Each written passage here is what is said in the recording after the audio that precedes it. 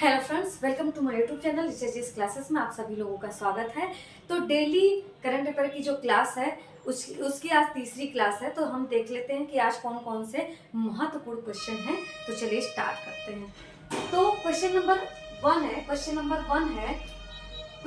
One है हाल ही में USA के विदेश मंत्रालय ने किसे अंतरराष्ट्रीय भ्रष्टाचार रोधी चैंपियन पुरस्कार से सम्मानित किया है? बताइए। फिर से क्वेश्चन सुन लीजिए। हाल ही में यूएसए के विदेश मंत्रालय ने किसे अंतरराष्ट्रीय भ्रष्टाचार रोधी चैंपियन पुरस्कार से सम्मानित किया है? तो आपका ऑप्शन नंबर ए है Nikhil Dey, option number B है Prashant Agrawal, option number C है मीरा चंद और ऑप्शन नंबर डी है शीतल देवी। बताइए किसे अंतरराष्ट्रीय भ्रष्टाचार रोधी चैंपियन अवार्ड से सम्मानित किया गया है? कौन है वो बताइए। तो वो कोई और नहीं निखिल डे है। निखिल डे क्या है? अंतरराष्ट्रीय भ्रष्टाचार रोधी चैंपियन पुरस्कार से सम्मानित किए गए हैं। ठीक है, तो जो निखिल डे हैं वो क्या है? ये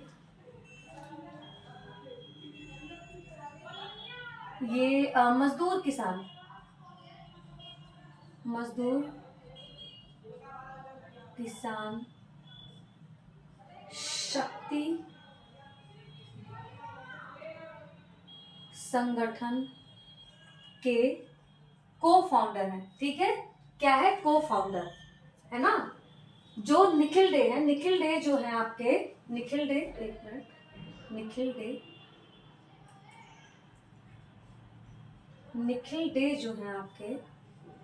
डे मजदूर किसान शक्ति संगठन के क्या है?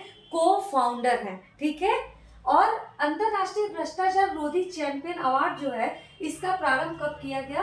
तो आपका 2021 से ये प्रारंभ किया गया। ये अवार्ड जो है, ये अवार्ड टोटल 11 लोगों को मिला है, 11 व्यक्तियों को दिया गया है, 11 व्यक्तियों को दिया गया है। ठीक है, और उनमें से हमारे भारत के जो निखिल डे हैं उन्हें ये इस अवार्ड से नवाजा गया है या सम्मानित किया गया है। तो देख लीजिए। फिर मजदूर किसान शक्ति संगठन कहाँ पे है? तो आपका राजस्थान में है, राजस्थान में। ठीक है, राजस्थान में ये है। तो चलिए क्वेश्चन नंबर 2 देखते हैं। हाल ही में यूनिसेफ और भारत सरकार ने कहाँ ग्रीन राइजिंग पहल प्रारंभ की है? फिर से क्वेश्चन सुन लीजिए। हाल ही में यूनिसेफ और भारत सरकार ने कहाँ ग्रीन राइजिंग पहल प्रारंभ की है? तो आपका ऑप्शन नंबर ए है ब्रिटेन, ऑप्शन नंबर बी है यूएसए, ऑप्शन नंबर सी है यूएई और ऑप्शन नंबर डी है ऑस्ट्रेलिया। बताइए कहाँ पे ग्रीन राइजिंग पहल की स्थापना नहीं प्रारंभ की गई है? कहाँ पे की गई है? तो आपका यूएई में की गई है। ठीक है, यूएई में क्या किया गया है? आपका ग्रीन राइजिंग पहल का प्रारंभ किया गया। अब ये ग्रीन राइजिंग पहल क्या है? तो ग्रीन राइजिंग पहल इसलिए प्रारंभ किया गया है कि युवाओं को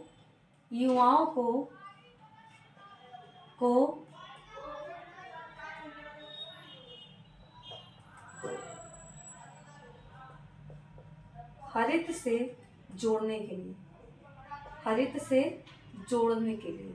ठीक है, और अभी हाल ही में इस वक्त यूएई में COP 28 चल रहा है। यूएई में COP 28 चल रहा है। वहीं पे इस प्रोग्राम का प्रारंभ किया गया, ग्रीन राइजिंग का पहल किया गया। कहाँ पे? यूएई में किया गया है और COP 28 के अंदर किया गया है। ठीक है, और इसका मोटिव ये है युवाओं को हरित से जोड़ना। ठीक है, इसका जो मोटिव है उसमें क्या है कि युवाओं को हरित से जोड़ने के लिए इसकी पहल की गई है। और ये अभी प्रेजेंट टाइम में कहाँ पे प्रारंभ किया गया है? तो यूएई में किया गया है और अभी यूएई में COP 28 अभी चल रहा है। ठीक है, तो चलिए नेक्स्ट क्वेश्चन देखते हैं। हाल ही में मौद्रिक नीति समिति ने रेपो दर कितनी निर्धारित की है? रेपो रेट कितनी निर्धारित की है, बताइए। आपका ऑप्शन है, ऑप्शन नंबर ए है 6.3%, ऑप्शन नंबर बी है 6.4%, और ऑप्शन सी है 6.5%, और ऑप्शन डी है 6.6%। बताइए। तो देखते हैं कि मौद्रिक नीति की जो स्थापना हुई है वो आपका कब हुआ है, 2016 में। 2016 में मौद्रिक नीति समिति की स्थापना की गई है, ठीक है। अब ये जो मौद्रिक नीति समिति है, इसमें टोटल जो सदस्यों की संख्या है 6 है। 6 में से 3 आरबीआई के सदस्य होंगे, 3 भारत सरकार के, ठीक है। और आरबीआई का गवर्नर अभी कौन है, आरबीआई का गवर्नर जो है वो कौन है, शक्तिकांत दास क्या है, आपके आरबीआई के प्रेजेंट टाइम में क्या है, गवर्नर है, ठीक है। और आरबीआई की जो स्थापना हुई थी वो कब हुई थी, तो कब हुई थी बताइए, 1935 में। आरबीआई की स्थापना कब हुई थी, 1935 में, ठीक है, 1935 में हुई थी। और किस एक्ट से हुई थी, तो 1934 के एक्ट से हुई थी आरबीआई की स्थापना, 1934 के एक्ट, ठीक है। तो बताइए, हाल ही में मौद्रिक नीति समिति ने रेपो रेट की दर कितनी निर्धारित की है, तो कितनी निर्धारित की है, 6.5%। कितना, 6.5%, ठीक है। और मौद्रिक नीति समिति की जो स्थापना हुई थी 2016 में हुई थी। इसमें टोटल सदस्यों की संख्या कितनी होती है, 3 होती है।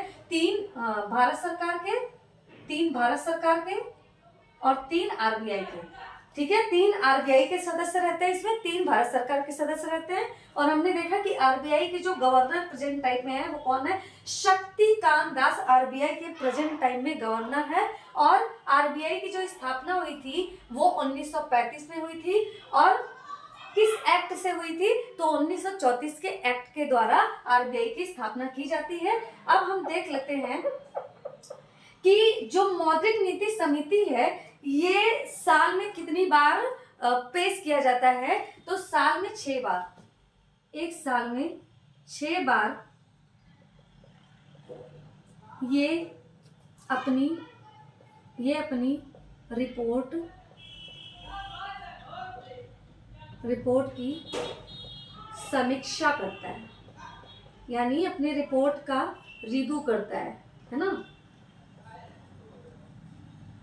तो क्या होता है कि मौद्रिक नीति समिति जो है वो हर 2 महीने में अपनी रिपोर्ट को पेश करता है, ठीक है, अपनी रिपोर्ट को पेश करता है। साल भर में 6 बार ये अपनी रिपोर्ट की समीक्षा करता है, ठीक है। तो ये कुछ इंपॉर्टेंट क्वेश्चन है। और ये रेपो रेट होता क्या है, रेपो रेट ये होता है कि अगर कोई बैंक आरबीआई से अल्पकाल के लिए क्या करता है, रुपए लेता है, तो उसी को हम रेपो रेट कहते हैं। और आरबीआई जिस रेट पर बैंकों को धन देता है उसी को हम रेपो रेट कहते हैं, ठीक है, उसी को हम रेपो रेट कहते हैं। आपका रेपो रेट जो है वो 2% से 6% के बीच में होना चाहिए, 2% से 6% के बीच में होना चाहिए। यानी आपका जो रेपो रेट है वो 2% से कम भी नहीं होना चाहिए और 6% से ज्यादा नहीं होना चाहिए, उसका बैलेंस बना के रखती है ये रेपो रेट, ठीक है। देख लीजिए,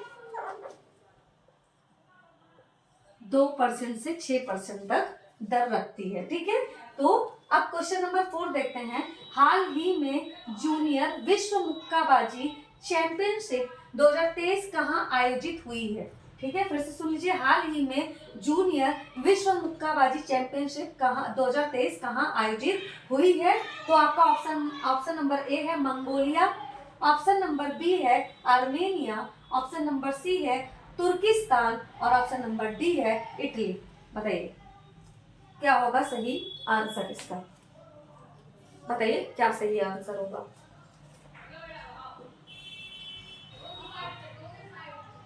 तो क्या होगा? आर्मेनिया। आर्मेनिया सही ऑप्शन है। तो जूनियर विश्व मुक्काबाजी चैंपियनशिप 2023 कहाँ आयोजित किया गया है? आर्मेनिया में आयोजित किया गया है। और भारत को टोटल 17 पदक प्राप्त हुए। ठीक है, भारत को टोटल 17 पदक प्राप्त हुए, जिसमें से 3 गोल्ड है। ठीक है, 3 गोल्ड है, 3 गोल्ड है। और ये तीनों गोल्ड किन किन लोगों ने जीता है? तो आपका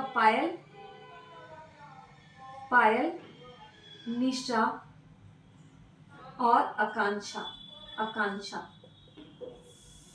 पायल, निशा और आकांक्षा। ठीक है, इन 3 लड़कियों ने क्या किया? भारत के लिए क्या किया है? गोल्ड जीता है। ठीक है, किसने? पायल, निशा और आकांक्षा 3 लड़कियों ने क्या किया है? भारत के लिए गोल्ड जीता है। किसमें?